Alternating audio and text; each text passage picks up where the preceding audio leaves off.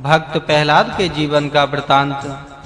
भक्त माँ-बाप की औलाद यदि भक्त पैदा होती है अर्थात भक्ति करती है तो कोई आश्चर्य नहीं, परंतु राक्षसी वृत्ति वालों के यहाँ भक्त संतान होना आश्चर्य है। हिरण्यकश्यपु राक्षसी वृत्ति का है, लेकिन उसकी पत्नी कयाधु आस्तिक तथा धार्मिक प्रकृति वाली थी। उनके यहाँ भक्त प्रहलाद का जन्म हुआ। यही प्रहलाद बाद में बड़ा होकर उच्च कोटि का भक्त बना, जिसका नाम इतिहास में अब भी श्रद्धा से लिया जाता है। जब हिरण्यकश्यपु के बड़े भाई हिरण्याक्ष ने अपने जुल्म अत्याचार बढ़ाए तो पृथ्वी पर हाहाकार मच गया। हिरण्याक्ष पृथ्वी को जल में ले गया। तब भगवान ने वराह अवतार लेकर हिरण्याक्ष का संहार किया। तब हिरण्यकश्यपु ने प्रतिज्ञा की कि मैं तपस्या करूंगा और परमपिता ब्रह्मा जी से अमर होने का वरदान प्राप्त करूंगा। मदरांचल पर्वत पर तपस्या करने के लिए वह चला गया और तपस्या करके ध्यान मग्न हो गया। देवता उसके लक्ष्य से घबरा गए और गुरु बृहस्पति जी के पास आए, चरणों में प्रणाम किया और विनती की, हे गुरुदेव, आज का दिन बहुत शुभ है। ग्रह नक्षत्र आदि को ध्यान में रखकर शुभ मुहूर्त में यदि कार्य किया जाता है तो सफलता अवश्य मिलती है। अतः आप आज ही हिरण्यकश्यपु की तपस्या भंग कर दीजिए। चाहे देव हो या दानव हो या मानव, गुरु ही सबको आवश्यकता होती है गुरु की। बिन गुरु के कल्याण नहीं होता। कहा है, गुरु से उभय लोक का नाता है, वह शिष्य को राह बतलाता है। केवल इस लोक के कल्याण के ही लिए नहीं, अपितु परलोक के कल्याण हेतु भी सद्गुरु की आवश्यकता होती है। सद्गुरु के बिना कल्याण संभव नहीं। देवताओं की प्रार्थना पर गुरु बृहस्पति जी ने ध्यान दिया और बोले, घबराओ मत, आपकी मनोकामना अवश्य पूर्ण होगी। बृहस्पति जी महाराज अष्ट सिद्धि और नव निधि के मालिक थे। अपनी सिद्धि का प्रयोग किया और तोते का रूप धारण किया और मदरांचल पर आकर जहां हिरण्यकश्यपु ध्यान कर रहा था बैठ गए और संकीर्तन करने लगे। हरे कृष्ण कृष्ण कृष्ण हरे हरे। जब हिरण्यकश्यपु ने सुना तो कहने लगा कि यह तो दुश्मन के नाम का संकीर्तन कर रहा है, यह तो अब सगुन हो गया। आज का दिन मेरे लिए शुभ नहीं है। इसलिए शुभ कार्य में यदि विघ्न बाधा आ जाती है तो सफलता मिलने में देर लगती है। हिरण्यकश्यपु को तोते पर क्रोध आया तो पत्थर उठाया और तोते पर दे मारा। तोता उड़ गया। मनुष्य के पास भी पक्षी के समान दो पंख हैं, ज्ञान और भक्ति। संकटकालीन समय में ज्ञानी घबराता नहीं है, अपितु ज्ञान से अपने को धैर्य से समझाता है कि संकट प्रत्येक के जीवन में आता है। जो आया है वह जाएगा भी, अतः वह निराश नहीं होता। यही अंतर है ज्ञानी और अज्ञानी में। ज्ञानी काटे ज्ञान से, मूर्ख काटे रोए। समय कभी रुकता नहीं, चाहे अच्छा समय हो या बुरा, चाहे दुख की घड़ियां हो या सुख की। दुख के समय लगता है कि समय रुक गया है, अर्थात घड़ियां लंबी लगती हैं, और सुख के समय लगता है समय भाग रहा है। ऐसा होता नहीं है। प्रिय सज्जनों, दुख किसके जीवन में नहीं आया। श्री राम जी को राज्य तिलक होना था, लेकिन भवितव्यता के वश वनवास में जाना पड़ा। भरी सभा में द्रौपदी को नग्न करने की कुचेष्टा की गई। माता सीता को नंगे पांव कांटों पर चलना पड़ा। इतनी महान आत्माओं को भी दुखों ने नहीं छोड़ा, तो मेरे दुख उनके दुखों के सामने कुछ भी नहीं। इस प्रकार संकट के समय घबराओ नहीं, धैर्य रखो और भक्ति करो।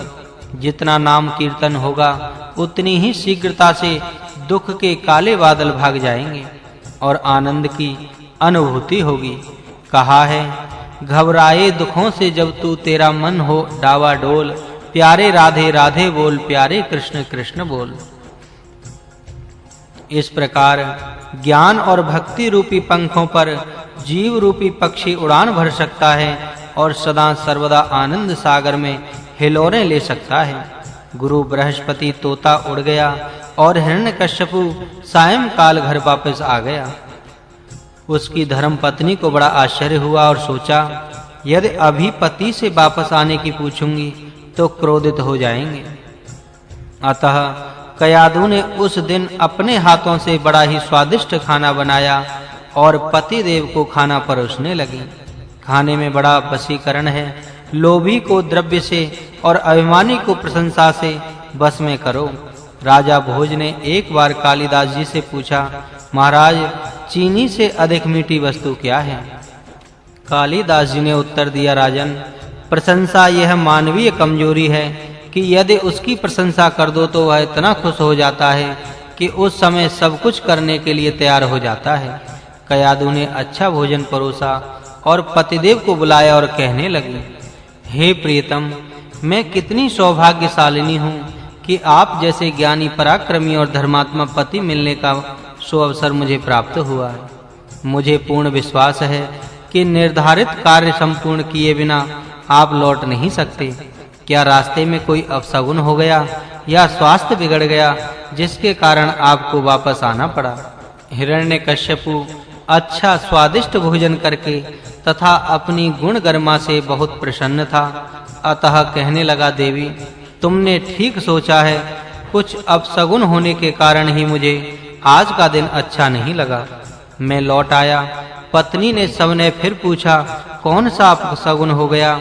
हिरण्यकश्यपु ने कहा, हे देवी, जिस वृक्ष के नीचे बैठकर मैंने तपस्या करने की सोची, उसी वृक्ष पर एक तोता उड़कर आया और जोर-जोर से संकीर्तन करने लगा, जय राधे राधे, जय राधे राधे, श्री राधे राधे बोलो, जय श्री राधे। मैंने उसे चुप कराने की बहुत कोशिश की, लेकिन वह बोलता ही जा रहा था। क्या राधे राधे? इस प्रकार कयाधु ने कई बार अपने पति से पूछा कि तोता क्या बोलता था। उसने हर बार राधे राधे का संकीर्तन करके बताया।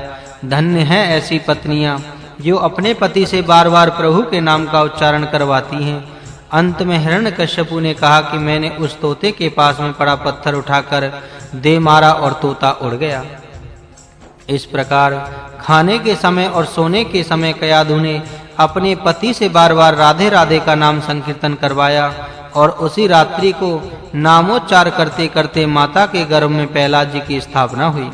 यही कारण है कि प्रहलाद महान भक्त हुआ।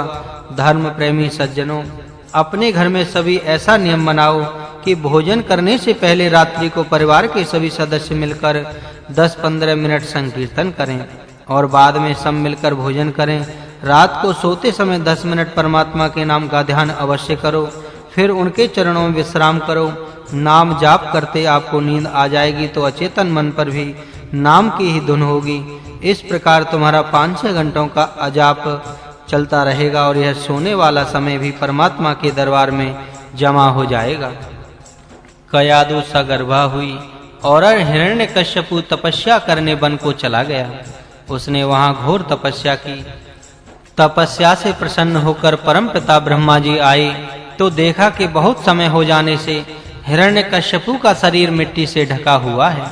उन्होंने पानी छिड़का। हिरण्यकश्यपु बाहर आया, श्री ब्रह्मा जी के चरणों में नमस्तक होकर प्रणाम किया। परमपिता ब्रह्मा जी ने आशीर्वाद दिया और कहा, हे हिरण्यकश्यपु, अपनी इच्छा अनुसार वरदान मांग लो।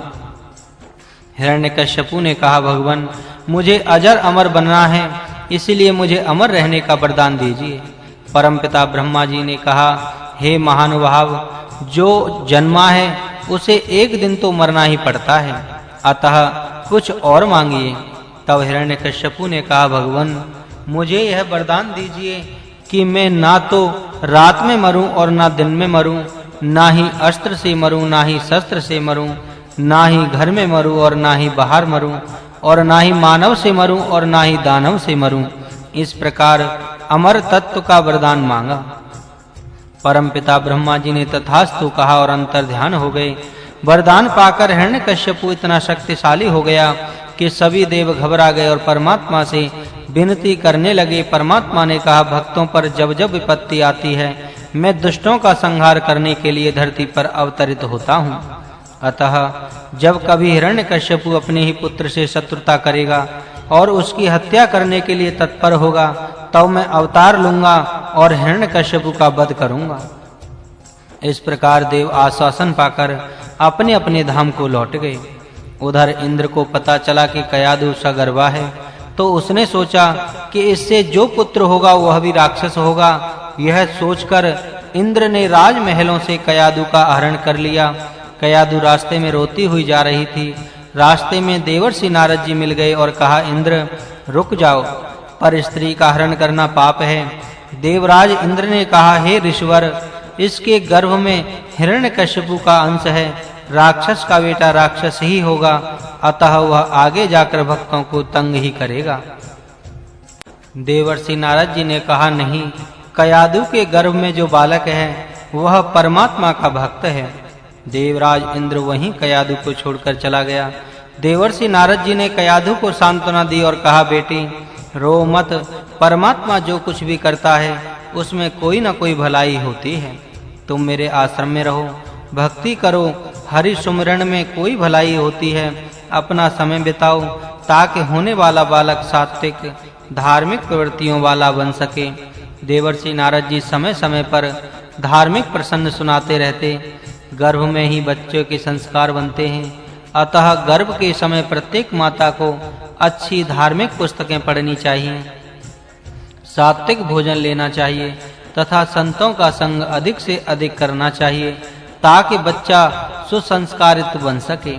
अभिमन्यु ने मां के गर्भ में चक्रव्यूह में प्रवेश करना सीखा और अष्टावक्र जी जो महाराज राजा जनक जी के गुरु बने, उन्होंने ब्रह्म ज्ञान किसी गुरु से नहीं अपितु मां के गर्भ में ही सीखा था।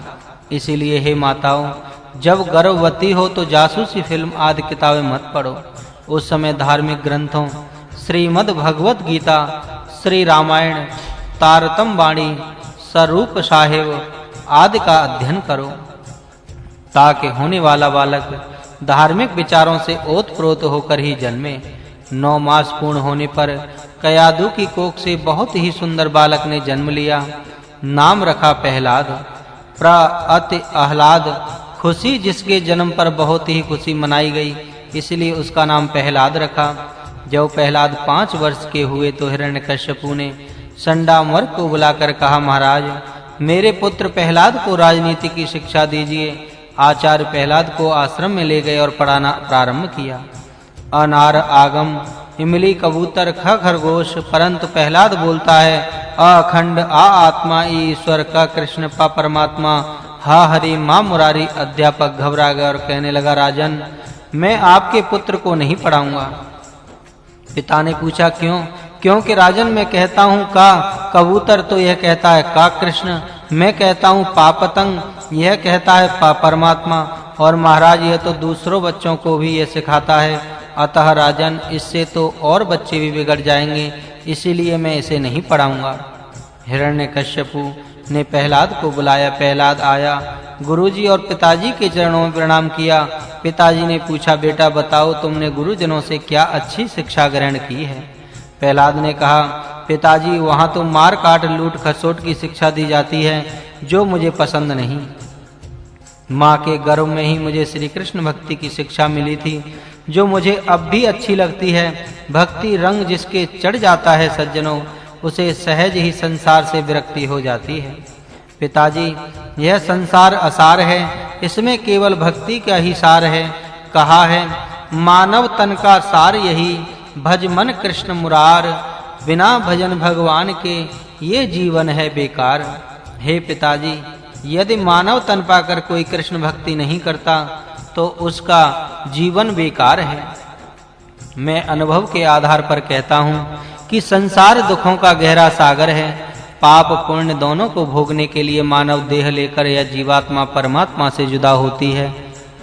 वह सांसारिक भोग पदार्थों में सुख और आनंद खोजती है, परंतु अलौकिक आनंद की प्राप्ति परमात्मा की भक्ति से ही प्राप्त होगी। निस्वार्थ प्रेमी तो केवल परमात्मा ही है जो भक्त को अपना स्वरूप देकर अपना बना लेते हैं। अन्य सभी तो स्वार्थमय प्रेम करते हैं। कहा है सुर नर मुनि सबकी यह रीति, स्वार्थ लाग करें सब प्रीति। प्रहलाद की ऐसी बातों से हिरण्यकश्यपु बहुत क्रोधित हो गया और कहने लगा, ले जाओ इसे और जेल में बंद कर दो। आज से ना इसे भोजन मिलेगा और ना ही जाओ इसे पानी देना। प्रहलाद ने हंसकर कहा, पिताजी, यह तो आपकी और परमात्मा की मुझ पर विशेष कृपा हुई है, जो मुझे जेल में एकांत में रहकर परमात्मा की भक्ति करने का सौभाग्य मिला है। शरीर का भोजन है अन्न और जल, और आत्मा का भोजन है भजन। जेल में मुझे भजन करने से कोई नहीं रोकेगा। जेल में रात को हथकड़ियां बजा रहा है और आनंदमय होकर गा रहा है। मिलता है सच्चा सुख केवल भगवान तुम्हारे चरणों में। मैं विनती बारंबार करूं, रहे ध्यान तुम्हारे चरणों में। भक्त प्रहलाद जेल में अकेला परमात्मा के ध्यान में मग्न होकर गा रहा है और प्रभु से प्रार्थना कर रहा है, हे प्रभु, जीवन में चाहे कितने भी संकट क्यों ना आ जाएं, मुझे सहन करने की क्षमता प्रदान करना। मेरे मालिक, मैं आठों याम तेरे नाम का कीर्तन करता रहूं और अपने जीवन को सार्थक बनाता रहूं। हे नाथ, मुझ बालक के सिर पर अपना वरद हस्त रख दो। इसी प्रकार विनती कर रहा था कि लक्ष्मी खाना लेकर आई और पूछा, हे भक्तराज, भोजन किया? प्रहलाद जी ने कहा, माताजी, भोजन तो नहीं किया, परंतु आत्मा का भोजन भजन कर रहा हूँ। लक्ष्मी ने कहा, बेटा, जिनका नाम सुमिरन कर रहे हो उसी परमात्मा ने तुम्हारे लिए प्रसाद भेजा है। लो प्रसाद पाओ। अपने हाथों से माँ लक्ष्मी जी ने भोजन प्रसाद भक्त को खिलाया। प्रहलाद जेल में भी प्रसन्न है, कोई चिंता नहीं। चिंता अज्ञानी करते हैं, ज्ञानी तो हमेशा चिंतन करते हैं। चिंता करते बाबरे और चिंतन करते साध, जो प्रभु चिंतन करते उनका मता अगाध। तुम परमात्मा का चिंतन करो, फिर तुम्हारी चिंता स्वयं भगवान करेंगे। भगवान गर्भ में आते ही माँ के स्तनों में दूध पैदा कर देते हैं। जब शिशु का पेट केवल दूध से नहीं भरता तो मुख में दांत आने लगते हैं और बच्चा खाने लगता है। इस प्रकार परम पिता परमात्मा सबकी चिंता रखते हैं। तुम तो केवल उसका चिंतन करो, भजन करो, सुमिरन करो। प्रहलाद भोजन कर रहा है। पहरेदार दौड़े दौड़े राजमहल में आए और कहने लगे, राजन, युवराज भोजन कर रहे हैं। सुनकर हिरण्यकश्यपु दौड़ा दौड़ा आया और पूछा, प्रहलाद, तुमको भोजन किसने दिया? पिताजी, जिसने गर्भ में भोजन दिया था उसी परमात्मा ने यहाँ भी भोजन भेज दिया। बहुत स्वादिष्ट है, आप भी खाकर देखिए। हिरण्यकश्यपु सुनकर घबरा गया और रात को ही दरबार लगाया, सबको बुलाया। होलिका भी आई, जो हिरण्यकश्यपु की बहन थी। उसने कहा, भैया घबराओ नहीं, मेरे पास लोमस ऋषि का दिया हुआ शील वस्त्र है, जिसको ओढ़कर यदि अग्नि में बैठा जाए तो अग्नि उसे जला नहीं सकती। मैं प्रहलाद को गोद में लेकर चिता पर बैठ जाऊंगी, जिससे प्रहलाद जलकर भस्म हो जाएगा और मैं जीवित रह जाऊंगी। चंदन की लकड़ियों से चिता बनाई गई। भक्त प्रहलाद की लोहे के तारों से बांध दिया और होलिका उसे जो बुआ लगती थी गोद में लेकर बैठ गई। आग लगाने से पहले हिरण्यकश्यपु ने प्रहलाद से कहा, मूर्ख, अब भी कह दे कि परमात्मा नहीं है। परमात्मा है, परमात्मा है, परमात्मा है। पिताजी, अग्नि लगा दी, लपटें उठने लगी। प्रहलाद अभी भी हंस रहा है, परमात्मा को याद कर रहा है। परंतु भक्तों ने माला फेंक दी और कहने लगे, मुल्तान शहर के सब भक्तों ने माला चिता पर से फेंक दी। यह लड़का अग्नि में जल जा, हमने माला बहुत तेरी फेरी ली। तेरा नाम दुनिया से जाएगा, जो असुरों की जीत हुई। प्रहलाद ने कहा, भक्तों, धैर्य रखो, माला मत फेंको, मुझे अग्नि नहीं जलाएगी।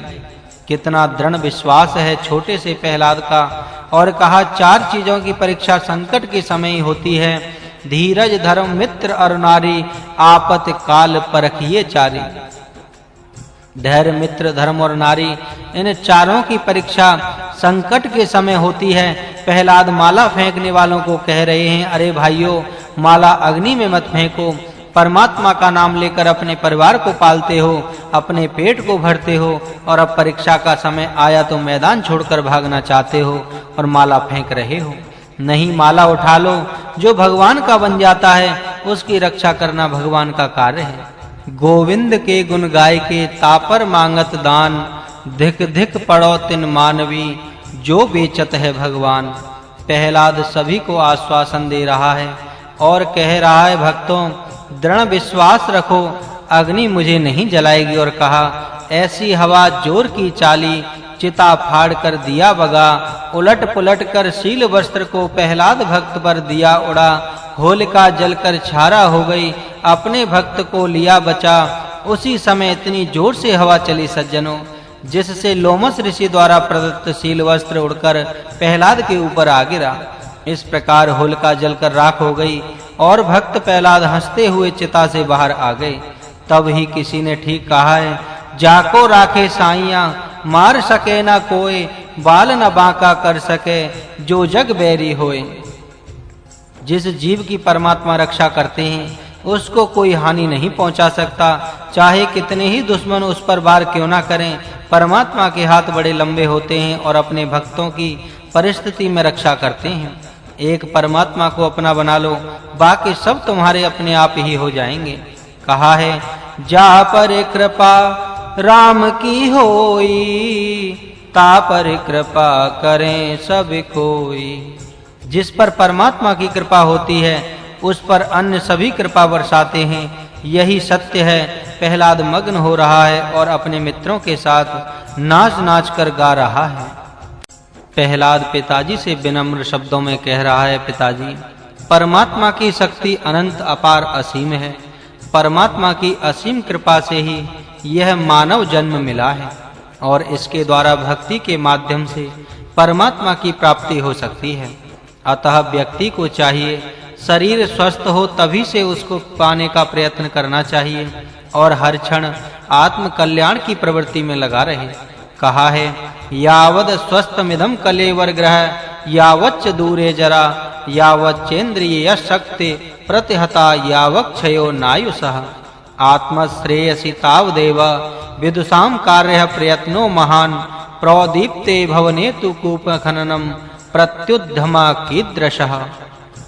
अर्थात जब तक शरीर रूपी घर स्वस्थ है, जब तक इस पर वृद्धावस्था का आक्रमण नहीं हो, जब तक इंद्रियों की शक्ति क्षीण नहीं हुई हो, आयुष्य का क्षय न हो, उससे पहले बुद्धिमान व्यक्ति को चाहिए कि वह अपने आत्म कल्याण का प्रयत्न कर ले।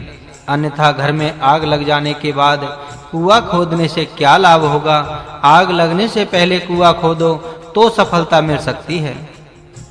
हिरण्यकश्यपु प्रहलाद से कह रहे हैं, अरे मूर्ख, अब भी कह दे परमात्मा नहीं है।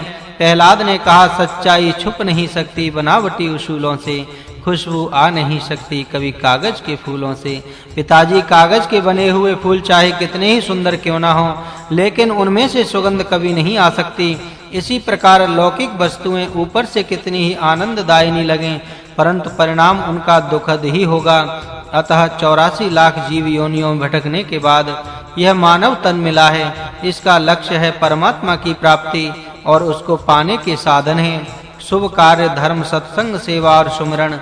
इस प्रकार पिता पुत्र में वार्ता हो रही है। दोनों अपने अपने विचार रख रहे हैं।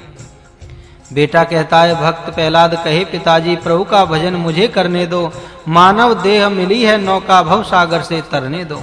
पिताजी कहते हैं, बात हमारी मानो बेटा, प्रभु का नाम मत याद करो, मारू खड़ग उड़ा दूं सिर को, फिर किससे फरियाद करो।